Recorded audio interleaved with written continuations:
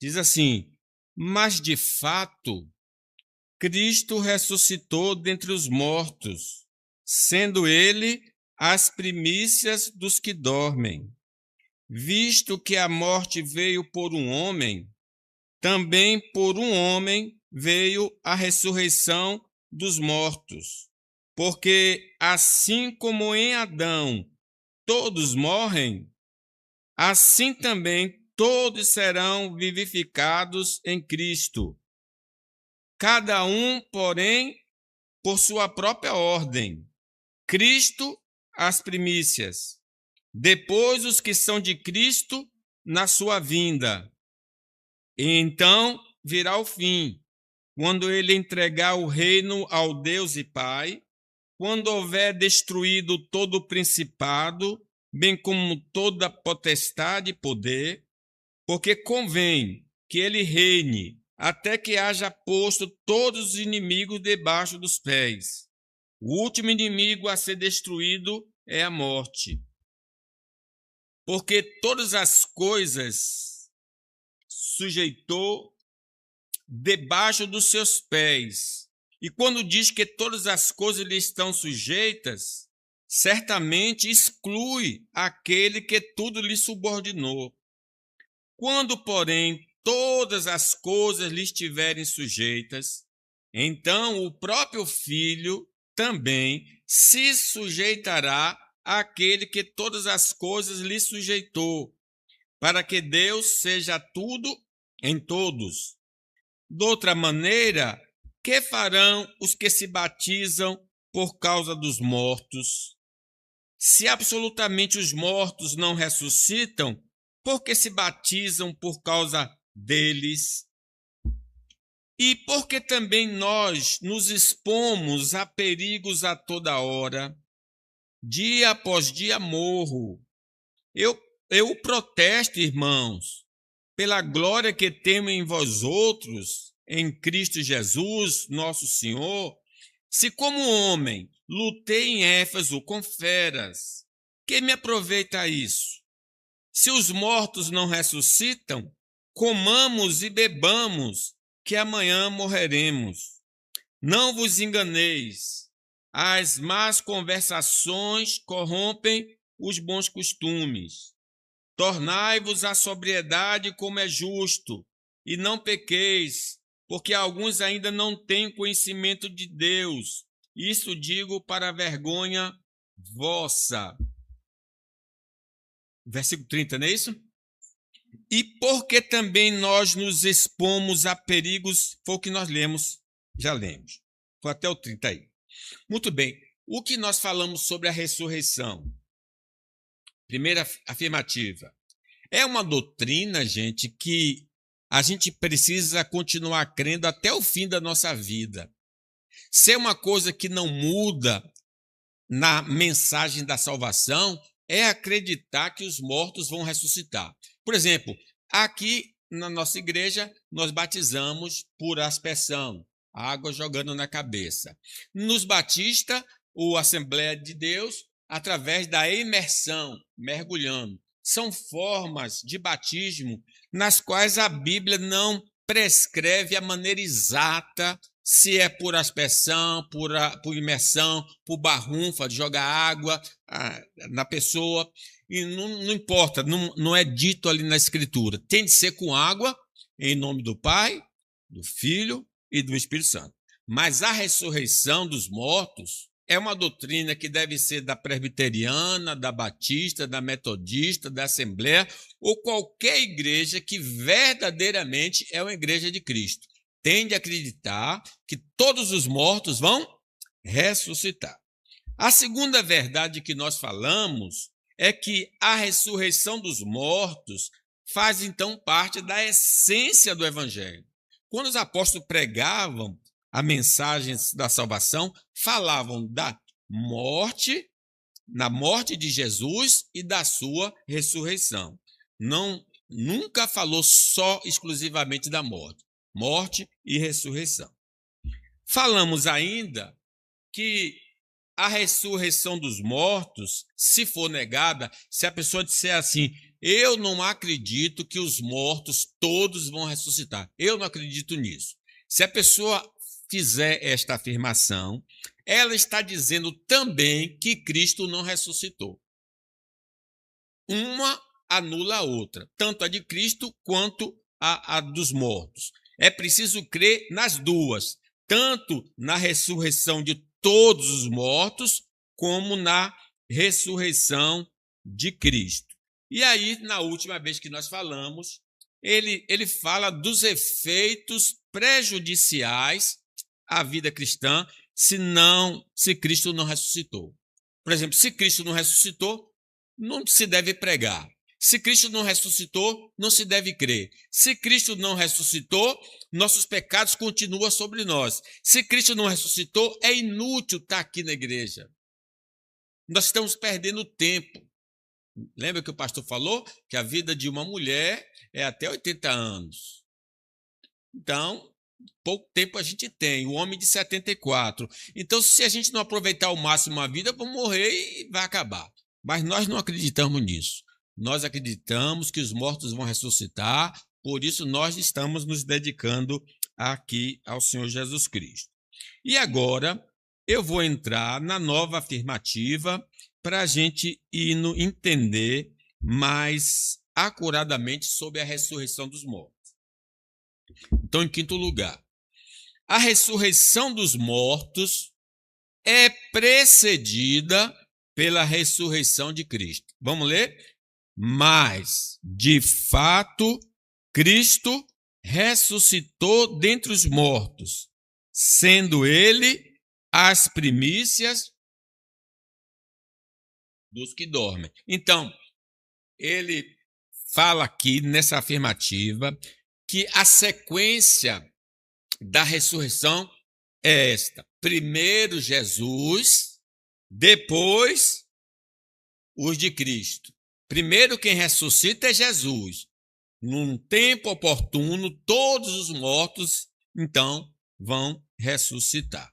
Ele quando diz aí, olha, mas de fato Cristo ressuscitou dentre os mortos, sendo ele as primícias. As primícias eram a primeira colheita.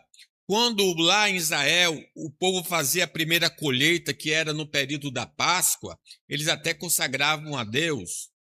E essas primícias significa aqui Cristo. Cristo é o primeiro fruto a ser colhido para a ressurreição.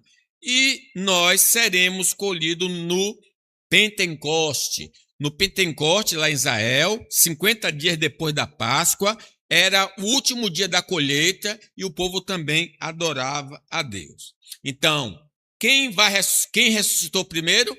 Cristo. E depois nós ressuscitaremos. Então, não adianta a gente orar aqui para um morto voltar à vida, porque não é propósito de Deus nos ressuscitar agora. Nós só vamos ressuscitar no último dia. A nossa ressurreição não é uma possibilidade remota, mas uma certeza ancorada no fato histórico de que Cristo ressuscitou. Qual é a garantia que nós vamos ressuscitar? Porque ele ressuscitou. Então, esse é o sinal, essa é a prova que um dia também nós levantaremos do túmulo. Ele, Jesus, é a primícia, a prova viva de que a promessa de Deus sobre a vitória contra a morte se cumprirá no momento determinado. Para dissipar o pavor que a morte nos impõe, devemos fixar nosso olhar no túmulo vazio de Jesus. Se porventura nós somos acometidos do medo da morte, precisamos lembrar disso. Cristo voltou à vida, o túmulo dele está vazio e nós não vamos ficar ali. Nós também vamos ser ressuscitados pelo Senhor. Ali, o medo da morte morre e a esperança da vida eterna ganha corpo e realidade. Então, quem é que consegue vencer o medo da morte? Só consegue vencer o medo da morte quem acredita que Cristo ressuscitou dos mortos ao terceiro dia.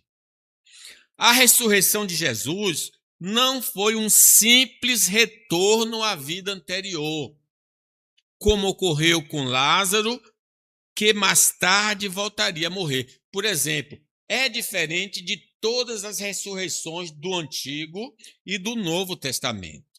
Porque Lázaro, ele chamou e ele voltou à vida. Mas depois Lázaro morreu, porque Jesus só restaurou a vida biológica dele. Ele continuou com o mesmo corpo que nós temos. E esse corpo, ele envelhece e morre. Então, todos que foram ressuscitados no Antigo Testamento e no Novo Testamento morreram fisicamente 2 vezes. Mas Jesus, não. Cristo ressurgiu com um corpo glorioso, uma natureza imperecível que a morte jamais poderá tocar novamente. Então, a ressurreição de Jesus é única e especial. Ele ressuscitou e não pode mais morrer. E nós ressuscitaremos em Cristo e não iremos mais morrer. Olha o que diz Filipenses, preste atenção. Mas a nossa cidade está nos céus, onde também esperamos o Salvador, o Senhor Jesus Cristo, que transformará o nosso corpo abatido, a gripe, as doenças, ao cansaço, olha a velhice, para ser conforme o seu corpo glorioso, segundo o seu eficaz poder de sujeitar também a si todas as coisas. Ora, se Jesus criou o universo do nada, ele não pode nos fazer voltar à vida e nos dar um corpo glorioso? Claro, porque para Deus nada é impossível. Não seremos apenas reanimados para esta vida de dores, mas recriados para uma existência eterna, em que a corrupção e a fraqueza não terão mais lugar. Então, a gente não encontra esse corpo em qualquer esquina. Não, não tem. Só Jesus oferece. E para a gente ter esse corpo futuramente, precisamos crer em Jesus como Senhor e Salvador. Abandonar o Evangelho é renunciar à promessa mais gloriosa feita ao ser humano, a transformação do nosso ser em um corpo imortal. Essa é a promessa de Jesus, a vida eterna. Então, quando a pessoa deixa o Evangelho para curtir, ela está dizendo assim, eu não quero esse corpo, eu quero curtir temporariamente e depois ir para o inferno. Não, mas nós dizemos, nós não queremos curtir, nós queremos o corpo glorioso. Por isso nós estamos na presença do Senhor. Se duvidarmos da veracidade das palavras de Deus, fechamos para nós mesmos a porta do acesso à incorruptibilidade. Quer dizer, eu não terei direito a esse corpo se eu não crer, porque está escrito, se creres, verás a glória de Deus. Portanto, que a nossa fé não desfaleça, ser fiel até a morte e dar-te-ei coroa da vida. Vamos perseverar até o fim, confiando que o Senhor é fiel para cumprir o que prometeu. Deus não é homem para que minta, nem filho do homem para que se arrependa. Somente por meio dessa confiança constante seremos agraciados com a vida eterna e revestidos de um corpo que jamais conhecerá o sofrimento ou a morte na segunda vinda de Cristo. Vamos ver o que diz Hebreus 10? Porque ainda dentro de pouco tempo, aquele que vem virá e não tardará. Todavia, o meu justo viverá pela fé. E se retroceder, nele não se compraz a minha alma. Nós, porém, não somos dos que retrocedem para a perdição. Somos, entretanto, os da fé para a conservação da alma. Paulo diz assim, combati o bom combate, completei a carreira e guardei a fé. Já agora a coroa de justiça me está guardada, qual o justo juiz me dará, não somente a mim, mas a todos que aguardam a sua vinda. Glória a Deus, né? A ressurreição para a imortalidade, irmãos, é um evento com uma ordem divinamente estabelecida. Começou com Cristo e se concluirá com a igreja. Não haverá múltiplas ressurreições físicas dispersas no tempo. O que houve foi a inauguração pelas primícias, que é Cristo, e o que haverá será a colheita coletiva no último dia, como afirma o apóstolo Paulo aí no versículo 23. Vamos ler? Cada um, porém, por sua própria ordem. Cristo, as primícias. Depois, os que são de Cristo, na sua vinda. Então, essa é a ordem que Deus já estabeleceu da ressurreição. Devemos compreender que existe um tipo de ressurreição que ninguém deve desejar. Ah, sim, porque é o seguinte, todos os mortos vão ressuscitar. Porém, haverá uma ressurreição para a condenação. A Bíblia é clara ao afirmar que tanto os justos quanto os injustos ressuscitarão. Para aqueles que rejeitaram a graça e perseveraram no mal, o despertar do túmulo será o prelúdio para o julgamento final e o lançamento no lago de fogo, onde enfrentarão o sofrimento eterno. Então, essa ressurreição não queremos. Toda pessoa que vive no pecado também vai voltar à vida, mas para morrer de novo, a segunda morte, que é o lago de fogo. A única maneira, irmãos, de escapar dessa sentença terrível é a conversão genuína ao Senhor, trocando o caminho da rebeldia pela vida em Cristo. Olha o que diz Daniel 12, observe. Muitos dos que dormem no pó da terra ressuscitarão, uns para a vida eterna e outros para a vergonha e horror eterno. A morte física não é o ponto final, mas uma mudança temporária de endereço para a nossa alma. Então, quando a gente deixa essa vida, o nosso corpo vai à sepultura e o nosso espírito vai ao paraíso. Lá ver o Senhor, ver Jesus, ver os irmãos, amigos que lá estão, parentes, todos que creem no Senhor Jesus Cristo. Enquanto o nosso corpo aguarda na sepultura o despertar da ressurreição. Nosso espírito, irmãos, parte para o mundo da realidade invisível. Lembre que Jesus disse ao ladrão que estava morrendo ali na cruz: hoje mesmo estarás comigo no paraíso. O corpo dele não, mas o espírito dele sim.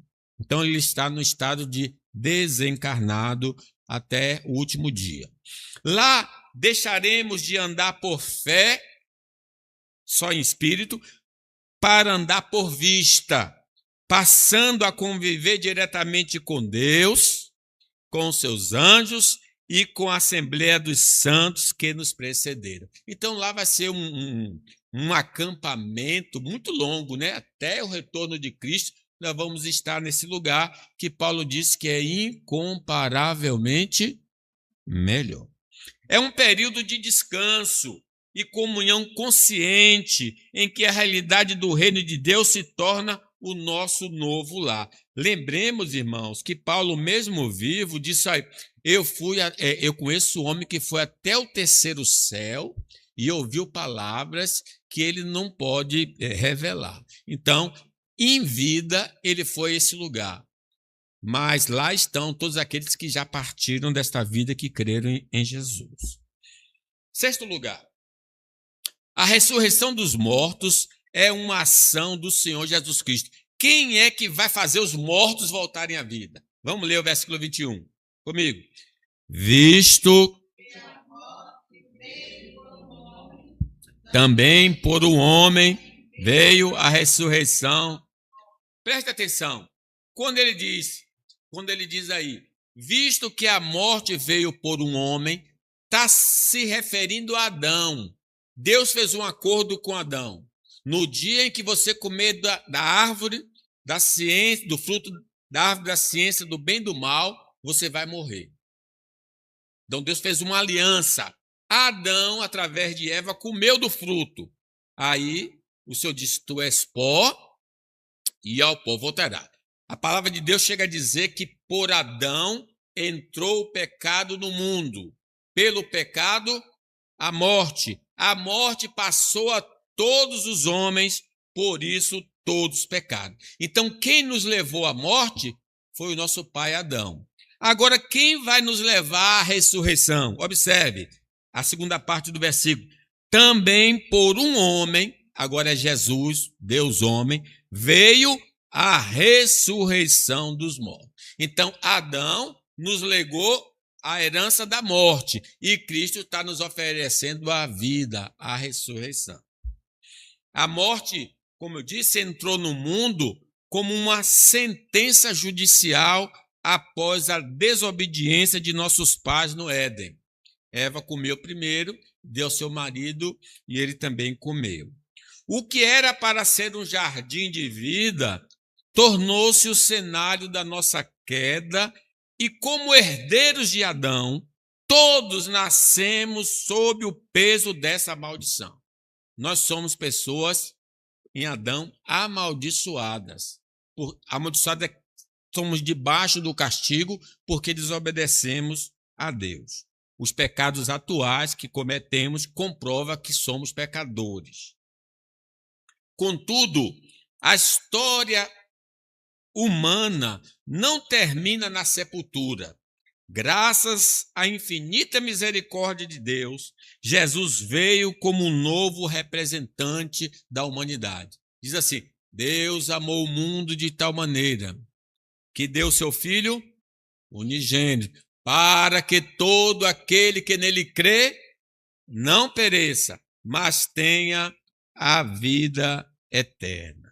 Ele, Jesus, tomou sobre si a nossa sentença para oferecer a todo o que crê a reversão dessa maldição e a promessa da vida eterna. Ele levou sobre si os nossos pecados. Veja o que diz Romanos 5.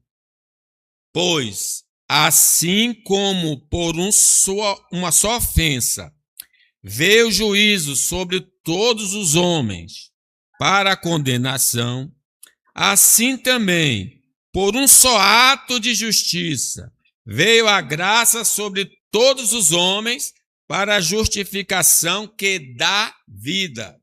Porque como pela desobediência de um só homem, muitos se tornaram pecadores, assim também, por meio da obediência de um só, muitos se tornarão justos. Então, a morte, que é o pecado, que o pecado nos impõe, é uma separação profunda. Quando Deus disse, no dia em que dela comer e certamente morrerá, significa que nós vamos morrer espiritualmente, tornando-nos estranhos e inimigos de Deus. Nossa natureza contaminada nos impede de ter comunhão com Deus e nossas ações continuam a ofendê-los. Todo ser humano está divorciado do Senhor por causa dos seus pecados. Nós estamos incluídos nesse grupo. Mas em sua infinita graça, o Senhor Jesus veio para realizar a purificação que não poderíamos alcançar por nós mesmos. Quando João Batista viu Jesus, disse assim, eis o Cordeiro de Deus que tira o pecado do mundo. Ele remove os nossos pecados. Por meio do seu sangue, ali na cruz, ele removeu nossas vestes imundas de pecado e nos reveste com sua própria justiça. Agora, em Cristo, a inimizade cessou, e temos paz com Deus, podendo habitar em sua presença para sempre. Veja, irmãos, o batismo simboliza, seja mergulhando ou seja aspergindo, simboliza que o sangue de Jesus está sendo derramado sobre nós e nos lavando de todo o pecado, de sorte que nós estamos mais alvos do que a neve. Olha o que diz Romanos: justificados, pois, mediante a fé, temos paz com Deus por meio de nosso Senhor Jesus Cristo, por intermédio de quem obtivemos igualmente acesso, pela fé, a esta graça, na qual estamos firmes e gloriamos na esperança da glória de Deus. Justificado significa que não tem uma dívida só na presença de Deus de cada um de nós que cremos em Jesus. Nós somos limpos. Nossa fragilidade à morte, então, é a falta de comunhão com Deus, mas também a fragilidade física ou a morte espiritual. Ela é o lembrete constante da nossa desobediência que introduziu a morte no mundo. Como é que eu sei que sou pecador? Porque você morre, porque nós morremos, porque as pessoas morrem.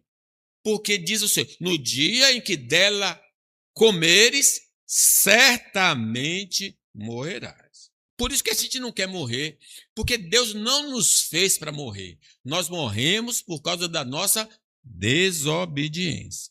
Mesmo na ausência de doenças, o envelhecimento atesta que somos seres marcados pela morte. Eu nunca fiquei doente, mas vai ficar velho. E depois vai morrer também do mesmo jeito. É interessante que teve um homem na Bíblia que não ficou doente, pelo menos quando ele estava velho, ele tinha 120 anos. Ele tinha todo o vigor, não tinha uma doença. Mas o Senhor disse, olha, pode subir ao monte que você vai morrer hoje. Moisés morreu com 120 anos, com todo o seu vigor, porque o homem está destinado a voltar ao pó, né? No entanto, em Cristo, essa realidade biológica é apenas o prelúdio de uma metamorfose espiritual. Nós vamos descer à sepultura, mas quando ressurgirmos, vamos ressurgirmos com um corpo glorioso. Ao aceitarmos Jesus, a morte deixa de ser um destino final para se tornar um sono temporário. É por isso que na Bíblia, quando fala do crente que morreu, diz, ele está dormindo. Jesus disse, Lázaro está dormindo. Aí os discípulos dizem, se ele está dormindo, está salvo. Mas aí Jesus esclareceu, ele morreu, mas eu vou lá e vou ressuscitá-lo. Ele prometeu, Jesus Cristo, no último dia, este mesmo corpo que hoje se abate será levantado em poder, revestido de uma imortalidade que nenhuma enfermidade ou tempo poderá desgastar. Vai ser um corpo imune a qualquer tipo de doença. Não adoeceremos, não envelheceremos e não morreremos. Não iremos sentir nenhum tipo de dor mais. Não vá, por isso que não haverá hospital no novo céu e na nova terra, não haverá enfermeira, não haverá médico, porque lá todo mundo tem saúde e abundância. Para além da fragilidade física e da separação espiritual, morte física, paira sobre a humanidade a sombra da morte eterna. São 3 dimensões: morte espiritual, morte física e morte eterna. No dia do juízo, o mar e o além entregarão seus mortos para a ressurreição universal e inescapável. Para aqueles cujos nomes não forem encontrados no livro da vida, o despertar será para a segunda morte, o lago de fogo. Ali, o sofrimento atingirá todo o corpo, quanto a alma, em uma dimensão de eternidade. Esta é a consequência final e terrível de uma vida de rebeldia contra o Criador, em que cada obra será pesada na balança da justiça divina. Irmãos, todos nós iremos comparecer perante o tribunal de Jesus. Todos. Se não tiver lavado no sangue do Cordeiro, seremos condenados porque as nossas obras não são boas. Louvado seja o Senhor Jesus, que interveio em nossa história para nos livrar do pavor do lago de fogo. Ao carregar nossos pecados na cruz e vencer a morte, ele selou a isenção do sofrimento eterno para todo aquele que se arrepende e crê.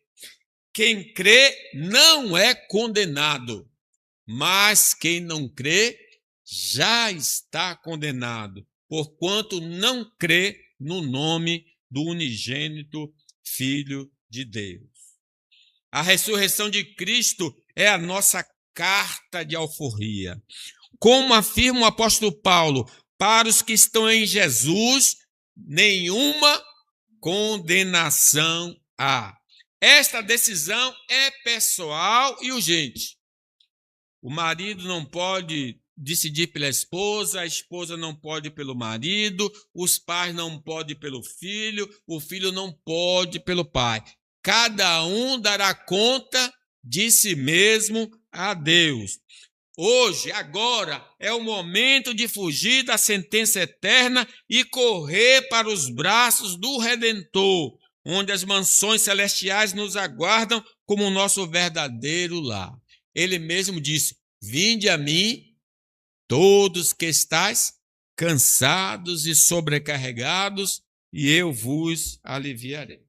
Jesus, irmãos, é a essência da vida. Ele diz: eu vim para que tenham vida e a tenham com abundância. Nele encontramos a reconciliação com o Pai, a promessa da eternidade e a certeza da ressurreição física em sua segunda vinda. Vencemos a morte espiritual, vencemos a morte física e vencemos a morte eterna, tudo se aceitarmos Jesus como Senhor e Salvador.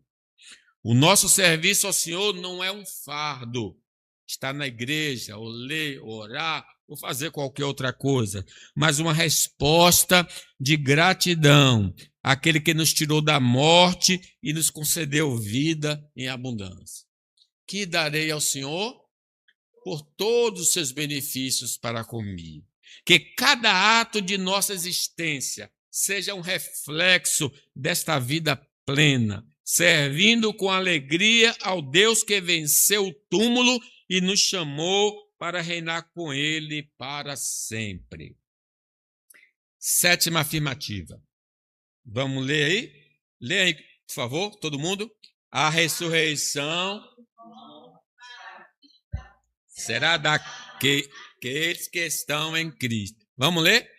Porque assim como em Adão todos morrem, assim também todos serão vivificados em Cristo. Olha, preciso chamar a atenção dessa palavra todos aqui. Todos em Adão morrem, todos serão vivificados em Cristo. Por nascimento, todos nós somos filhos de Adão. Por nascimento. Primeiro homem, primeira mulher. Nós viemos dele. Então, em Adão, porque nós somos descendentes de Adão, todos nós vamos morrer. Porque nós somos em Adão. Mas aí ele diz uma outra verdade. Assim também todos em Cristo, toda pessoa que aceitar Jesus, que estiver em Cristo, vão voltar à vida. Em Adão nós morremos, mas em Cristo nós podemos voltar à vida. Então eu preciso sair de Adão e ir para Jesus. Eu preciso invocar o nome de Jesus para ser salvo. Eu preciso aceitar Jesus na minha vida. Pelo nascimento natural, todo ser humano herda o DNA espiritual de Adão, o que nos coloca sobre o império da morte em todas as suas dimensões, espiritual, física e eterna. Essa condição independe de raça, posição social ou mérito. Nascemos em um estado de alienação, sem Deus e sem esperança. Como cadáveres espirituais, não podemos nos reanimar sozinhos. Um morto não pode se erguer. Mas Jesus, se ele chamar, nós podemos sair da sepultura, né? É por isso que o novo nascimento não é um conserto na vida, mas uma ressurreição da alma. Diz Apocalipse: bem-aventurados aqueles que participam da primeira ressurreição.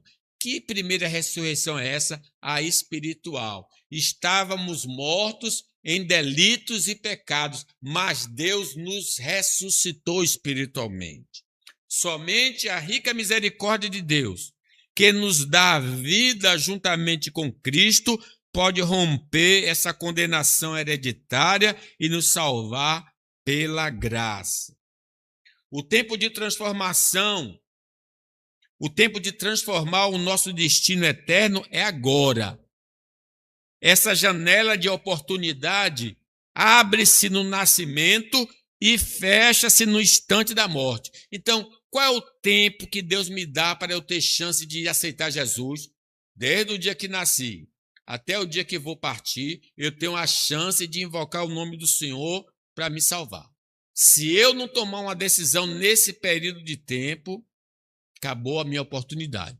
Porque ao homem está ordenado morrer uma só vez. Depois disso, segue-se o juízo. Fora desse intervalo entre o nascimento e a morte, não há novas escolhas, mas dentro dele, a obra de Cristo é plenamente eficaz para reescrever a nossa história. Por isso, se ouvirmos hoje a voz do Senhor, não endureçais o vosso coração. Se depositarmos a nossa fé no Senhor, o perdão e a vida eterna deixam de ser conceitos e tornam-se nossa possessão imediata. A gente sai daqui agora ricos.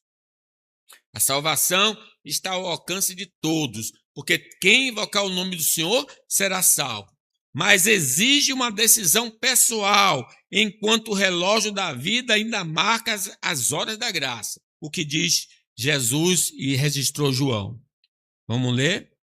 Por isso eu vos disse que morrereis nos vossos pecados, porque se não crerdes que eu sou, morrereis nos vossos pecados. Estar em Cristo exige uma adesão total. Quem quer vir após mim, negue-se a si mesmo, tome a sua cruz, siga-me. É uma adesão total e sem reservas à mensagem do Evangelho entregue pelos apóstolos. Não se trata de uma aceitação intelectual superficial, mas de uma confissão feita de todo o coração, livre de dúvidas ou disfarces. É nesse momento de sinceridade absoluta que corre a nossa transição espiritual. Deixamos de ser identificados com a queda de Adão para sermos revestidos com a vitória de Cristo Jesus. Se nós acreditamos de todo o nosso coração no Evangelho, nós passamos da morte para a vida. Essa nova identidade é o que nos garante o acesso a todas as promessas de vida e ressurreição. O batismo cristão é a demonstração visível de nossa união invisível com Cristo. Isto é, quem aceitou Jesus tem de se batizar como uma evidência. Ele diz, Marcos, sobre o Evangelho, quem crê e for batizado será salvo. Então é preciso crer e é preciso se batizar se a pessoa tem tempo. O ladrão, por exemplo, da cruz não teve tempo, porque era um caso específico. Mas se nós temos tempos e não queremos nos batizar, então nós estamos desligados de Jesus.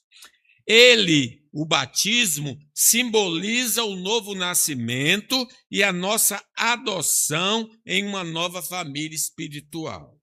Ao passarmos pelo batismo, declaramos que o nosso eu, ligado a Adão, morreu e foi sepultado, e que agora surgimos para uma nova filiação. Eu estou utilizando aqui a simbologia que os batistas usam, que eles gostam, porque os batistas, Assembleia de Deus, batizam por imersão. Acusa ao batismo, quando a oportunidade nos é dada, é mais do que negligência. É a permanência voluntária na linhagem da queda. O batismo é o sim público à obra de Cristo. Lembre que Jesus disse: quem me confessar diante dos homens, eu o confessarei diante do meu Pai que está nos céus. Mas quem me negar diante dos homens, eu o negarei diante do meu Pai que está nos céus. O batismo, então, é o sim público à obra de Cristo e o abandono definitivo da herança de Adão. Vejam esse homem que foi batizado em Atos. Seguindo eles caminho fora, Filipe e o eunuco, chegando a um certo lugar onde havia água, disse o eunuco: eis aqui água, que impede que eu seja batizado? Filipe respondeu. Vamos dizer o que Filipe disse? É lícito se creres de todo o coração. E respondendo ele, disse: creio que Jesus Cristo é o Filho de Deus. Então mandou parar o carro, ambos desceram a água e Filipe batizou, viu? Eu creio em Jesus. Aí recebeu o batismo em nome do Pai, do Filho e do Espírito Santo. A certeza da nossa união com Cristo não repousa apenas em palavras, mas na transformação visível do comportamento. Então não é só o batismo, que é uma evidência de que eu fui salvo, mas a minha vida paulatinamente vai sendo transformada. Eu vou me tornando uma nova pessoa. Aquele que está em Cristo é uma nova criatura. O evangelho não apenas perdoa o pecador, ele regenera o homem, inclinando seu coração a amar a Deus sobre todas as coisas, ao próximo como a si mesmo. Essa mudança moral progressiva é o selo de autenticidade da nossa fé.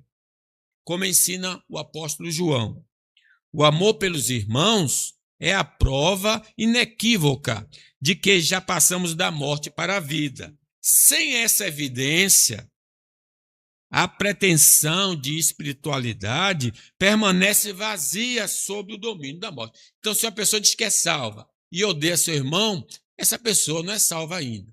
Porque quando Cristo entra no coração, tira o ódio do coração da pessoa. Nascemos na linhagem de Adão. E, por natureza, já caminhamos na estrada da morte. Mas hoje, o privilégio de vida nos alcança por meio da mensagem de Cristo. Como anunciou o profeta Isaías, somos convidados a inclinar os ouvidos e buscar o Senhor enquanto ele se deixa achar. Abandonar o caminho da perversidade e converter-se ao nosso Deus é a única forma de interromper a rota da destruição. Receber a Cristo é trocar a semente de morte por uma aliança perpétua com aquele que é rico em perdoar e compadecer-se de nós. Que Deus nos abençoe.